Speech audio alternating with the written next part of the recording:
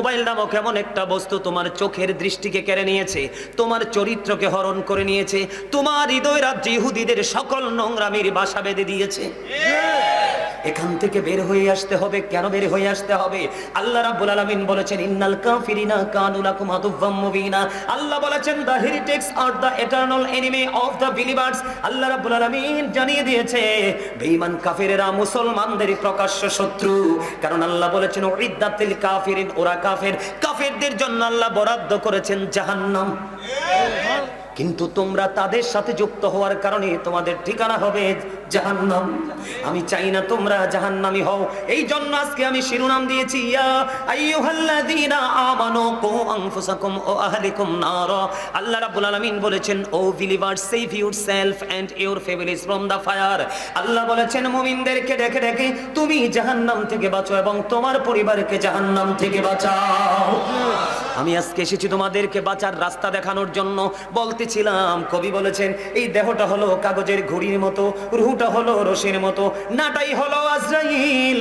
মালিক যখন অর্ডার দিবে তখন তোমার প্রাণ পাখি ছিঁড়ে নিয়ে যাবে।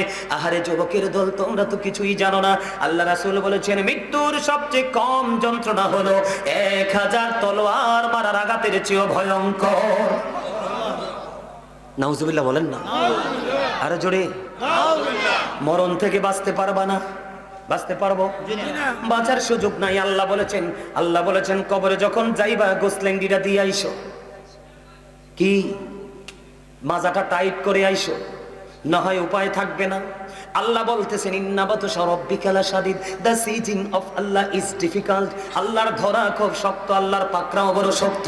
আল্লাহ খুব শক্তভাবে ধরবে। আল্লাহ বলেছেন ইন্নাল্লাহা সারিউল হিসাব, Allah is quick to take account. Allah হিসাব গ্রহণে অত্যন্ত তৎপর।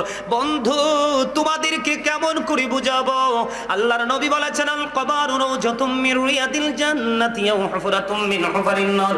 রাসূল বলেছেন কবরটা জান্নাতের একটা বাগান হবে, জাহান্নামের একটা গর্ত হবে। তার মানে আমাদের মধ্যে আছে নেগেটিভ এন্ড পজিটিভ দুই ধরনের লোক।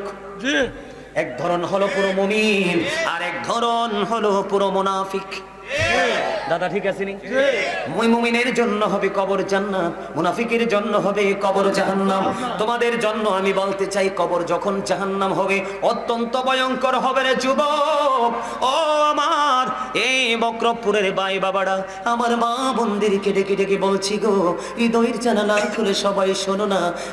আজকের মাহফিল আগামীকাল কি আর হবে না? ও বন্ধু, আজকের আলোচনা যদি বিবেকবান হও তোমার জীবনকে বদলে দিবে, তোমার মোড়কে চেঞ্জ করে দিবে, লাইফ স্টাইলটাকে পুরো চেঞ্জ করে দিবে। এটা আমার আত্মবিশ্বাস। কারণ হলো ও বন্ধু, আল্লাহ বলেছেন লা ইয়ামুতু, পিপল উইল নট ডাই। সেদিন মানুষ মরতে পারবে না। আল্লাহ বলেছেন ফিহা ওয়ালা ইয়াহইয়া, সেদিন মানুষ বাঁচতেও পারবে না। People will not be able to life that day, সেদিন মানুষ বাঁচতেও পারবে না। আল্লাহ বলেছেন ওমা হুমান হাদি গায়িবিন, people will not be able to escape that day, সেদিন মানুষ সেখান থেকে পালাইতেও পারবে না। আল্লাহ বলেছেন ধরবে খুব শক্তভাবে, হিসাব নিবি খুব শক্তভাবে। কিন্তু তুমি তো জাহান্নামী হয়ে গেলা, তুমি বাঁচতেও পারবা না, মরতেও পারবা না, পালাতেও পারবা না। ওই জাহান্নামীর জন্য বরাদ্দ করেছেন আমার আল্লাহ জানিয়ে দিয়েছেন তোমাদের জন্য খাবার হলো একটা বরাদ্দ, জাক্কুম। কি নাউজুবিল্লাহ বলেন না? জাক্কুমটা কত বিষাক্ত হবে জানেননি? এই মক্রপুরের জমিনে যদি বর্তমানে একটা ফোঁটা জাক্কুম পড়ে, আল্লাহ রাসূল বলেছেন গোটা পৃথিবীর মাটি, আল্লাহ রাসূল বলেছেন গোটা পৃথিবীর মাটি বিষাক্ত হয়ে যাবে। 1000 বার, অসংখ্য অগণিত বার যদি আপনি সয়েল টেস্ট করেন, কখনোই ফসল উৎপাদন করার স্কোপ খুঁজে পাবেন না। এত ভয়ঙ্কর খাবার তোমাকে দেওয়া হবে। আল্লাহর হাবিব জানিয়ে দিয়েছেন আরেকটা খাবার হাদিস শরীফের মধ্যে এসেছে, যেটার নাম হলো তিনাতুল খাবাল। ইয়া রাসূলুল্লাহ, তিনাতুল খাবালটা কি গো? নবীজি বললেন আরেকটা জাহান্নামীর নিংড়ানো রক্তপুঁজ।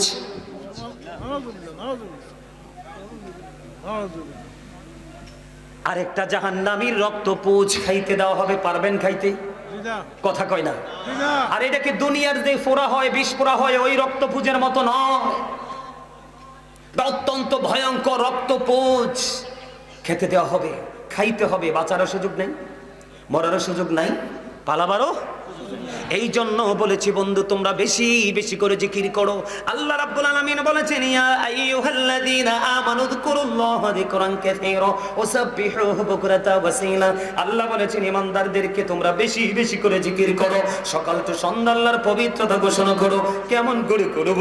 আল্লাহ বলতেছেন, আমি বলে আপনাদেরকে বেশি বেশি করে জিকির করতে বলেছেন, সকাল তো সন্ধ্যা আল্লাহর পবিত্রতা ঘোষণা করতে বলেছেন। বলে হুজুর কোন কন্ডিশনে করব? ফাযকুরুল্লাহা কিয়ামান, দাঁড়িয়ে দাঁড়িয়ে জিকির করো, ও কুআদান, বসে বসে জিকির করো, ওয়া আলা যুনুবিকুম, শুয়ে শুয়ে জিকির করো, তারপরেও জিকির বন্ধ করো না। এবার আসেন আপনারা, আমাদের মধ্যে আল্লাহর ওলি আছে না নাই? কথা কয় না? আমাদের মধ্যে আল্লাহওয়ালা লোক আছে না নাই? যে দেখতে লোকটা কালো কিন্তু তার চেহারায় ফুটে নূর। আচ্ছা ঠিক আছে, কথা কন, আছে না আল্লাহওয়ালা লোক? কোন বিপদে পড়লে দৌড়ে যায় একটা দোয়ার জন্য, আছে না আমাদের মধ্যে? এটা কেমনে হয় জানেননি? জিকির করতে করতে আল্লাহওয়ালা হয়ে যায়। দেখেন অত্যন্ত চমৎকার একটা হাদিস আমি মাঝখান দিয়ে আপনাদেরকে বলেছিলাম, আপনারা তো আজকে মাহফিলে আসেননি, আল্লাহর দিকে আসছেন, বলছিলাম নি? মনে রাখেননি ওয়াজ? এটি ব্রেইনে একটা একটা করে আমরা যেরকম পরীক্ষা দিছি মনে করে করে কোট করে করে, আপনারাও কিন্তু আজকে ক্লাস স্টুডেন্ট, ছাত্র। আপনারা যদি মনে করেন যে হুজুর ওয়াজ করতেছে শুধু মজা পাচ্ছি, লাভ হবে না, কোনো ফায়দা হবে না। আর আপনারা যদি মনে করেন যে সিরিয়াসলি আজকে আলোচনা শুনবো এবং এটাকে বাস্তবায়ন করব, আমল করব, তাহলে হয়ে যাব আমরা সবাই ধন্য। আল্লাহ যেন আমাদেরকে নগণ্য থেকে ধন্য হিসাবে কবুল করে, সকল বলেন আমিন। বন্ধুরে আমার দিকে তাকান। আল্লাহ রাসূল বলে দিয়েছেন, কেউ যদি জিকির করার জন্য আল্লাহর দিকে 1 বিঘা পরিমাণে এগিয়ে যায়, আল্লাহ রাব্বুল আলামিন তার দিকে 1 গজ পরিমাণে এগিয়ে আসে। তার মানে আপনি যত দ্রুত যাবেন তার চেয়ে দ্রুত আল্লাহ আপনার দিকে আসবে। আল্লাহ রাসূল বলেছেন, এদিকে তাকান, আল্লাহ রাসূল বলেছেন, কেউ যদি আল্লাহর জিকির করার জন্য আল্লাহর দিকে 1 হাত পরিমাণ এগিয়ে যায়, আল্লাহ রাব্বুল আলামিন ওই বান্দার দিকে 2 হাত পরিমাণ এগিয়ে আসে। সুবহানাল্লাহ। আমার নবীজি জানিয়ে দিলেন, এই পৃথিবীর জলসা হলো একেবারে নরমাল লোকাল জলসা, ঠিক না? কারণ বলে হুজুর কেন বললেন? আমাদের এখানে সৎখুরও আছে, ইমানদারও আছে, আমাদের এখানে মিথ্যাবাদীও আছে, সত্যবাদীও আছে, আছে না নাই? আমাদের এখানে জিনা করনেওয়ালাও আছে, জিনা ছাড়াও আছে, এরকম ধরনের নেগেটিভ পজিটিভ আছে না নাই? আমাদের এখানে সুশিক্ষায় শিক্ষিতও আছে, আবার অন্যায় মানুষকে কতল করার শিক্ষায় শিক্ষিতও আছে। তাহলে এই জন্য আমি সবসময় আমাদেরটারে লোকাল বলি। বলে হুজুর কোন দৃষ্টিভঙ্গি থেকে? নবীজি জানিয়ে দিলেন, পৃথিবীতে তোমরা যদি কোনো জলসায় বসে মালিকের জিকির করো, মালিক জানিয়ে দিয়েছে তার চাইতে উত্তম জলসায় মালিক তোমার জিকির করে। আল্লাহর হাবিব জানিয়ে দিল, ও মক্রবপুরের যুবক, আমার ভাই, আমার বাবারা, আমার মা বোনদেরকে বলছি গো, হৃদয় খুলে শোনো।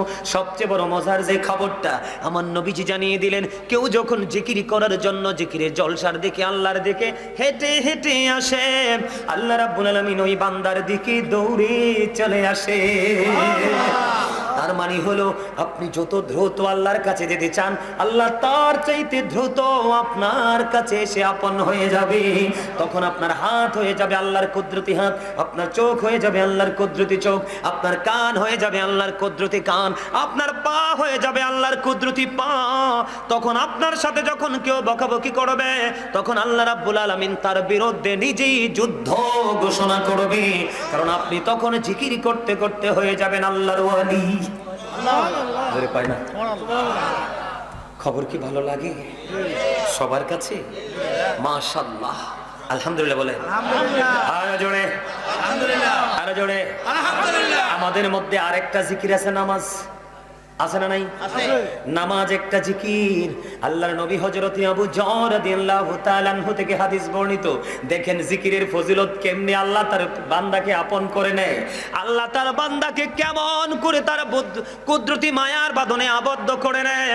আমার নবীজি প্রত্যেকটা জিনিসকে আমাদের মাঝে শেয়ার করে দিয়েছেন। আমার নবী আপনাদের এই মক্রবপুরে শীতের দিনে গাছের পাতা ঝরেনি?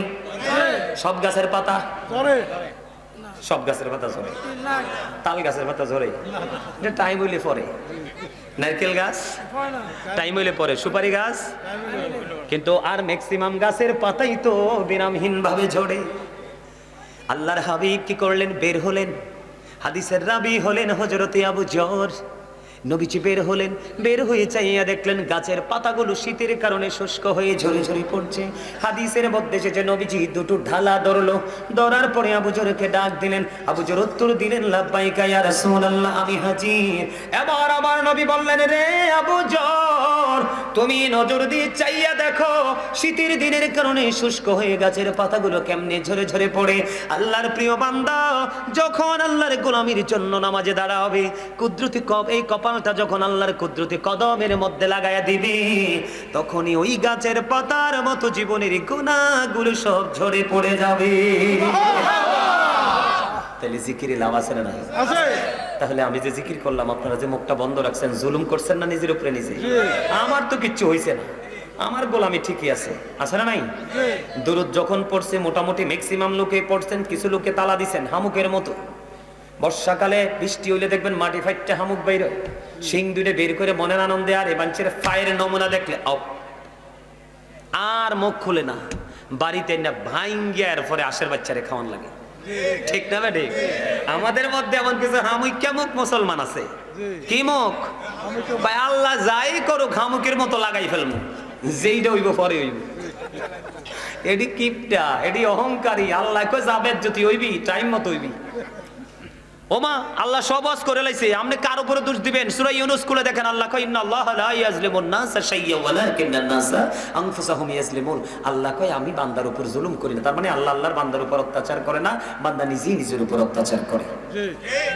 বাঁচবেন কত লাইন আছে নি? আল্লাহ পরে কি কয়? আল্লাহু লা ইউহিব্বুজ জালিমিন। যারা জালেম আল্লাহকে আমি তাদেরকে পছন্দই করি না, ভালোই বাসি না। তার মানে যারা জালেম অত্যাচারী আল্লাহ কয় আল্লাহ তাদেরকে পছন্দ ভালো। এরপরে কি কয় জানেন নি? আল্লাহ কয় ওমালি জালিমিনা মিন আনসার। যখন এই জালেমরা বিপদে পড়বে আমি আল্লাহ তাদের জন্য কোনো সাহায্যকারীও রাখি নাই। তার মানে আল্লাহ তাদের জন্য কোনো সাহায্যকারী, ওই যে বলছি লা ইয়ামুতু, মরার সুযোগ নাই, ফিহা ওয়ালা ইয়াহইয়া, বাঁচার সুযোগ নাই, ওমা হুম আনহা বিগাইবিন, পালাবার সুযোগ নাই। একটু কি ভাবছেন কোথায় আছেন, কি করতেছেন, কোথায় যাবেন? শোনেন আজকে একটা কথা বলি, সকালে কি খাইছেন, দুপুরে কি খাবেন সেটা জানতেন না। আজকে সুস্থ আছেন, আগামী দিন সুস্থ থাকবেন কিনা সেটাও জানেন না। আজকে বেঁচে আছেন, আগামী দিন বাঁচবেন কিনা সেটাও জানেন না। আজকে এখানে আছেন, আগামীকালকে এই সময় কোথায় থাকবেন সেটাও জানেন না। আপনি এখানে আছেন, বাচ্চা কাচ্চা ফ্যামিলি এখন কি করে সেটাও জানেন না। এত কিছু অজানা থাকার পরে অহংকার আসে কোত্থেকে? যিনি সব জানেন ওনার তো কোনো অহংকার নাই, কিন্তু তিনি আজকে রহিম রহমান, কিন্তু কাল হাসর দিন হবে কাহার। কঠোরতা কাকে বলে সেদিন দেখবেন। বুঝে আসে কথা? আরো জোরে বলে। জিকির করবেন নি না ছাড়বেন? ভাব দেখাবেন? মনে রাখবেন যার মধ্যে থাকবে যত বেশি ভাব মনে করবেন তার মধ্যেই প্রকৃত প্রেমের আছে অভাব। কথা কয় না? উদো পাঞ্জাবি একটা ইস্তারি করে গায়ে দিয়ে আড়ে কেউ দেখলে মনে কয় হামসে বড় কোন হে। কথা কন না কেন? আমাদের মধ্যে এমন কিছু লোক আছে না, যাইয়া দেখেন ভালো খাবারও নাই তার ঘরে। এটা হচ্ছে তার চরিত্র। এখান থেকে আমাদেরকে বের হয়ে আসতে হবে। আমি দরদ পড়েছি, অনেকে দরদ পড়েননি। আজকে কিন্তু জুমার দিন। কিসের দিন? এই মক্রবপুরবাসীর জন্য বড় নিয়ামত।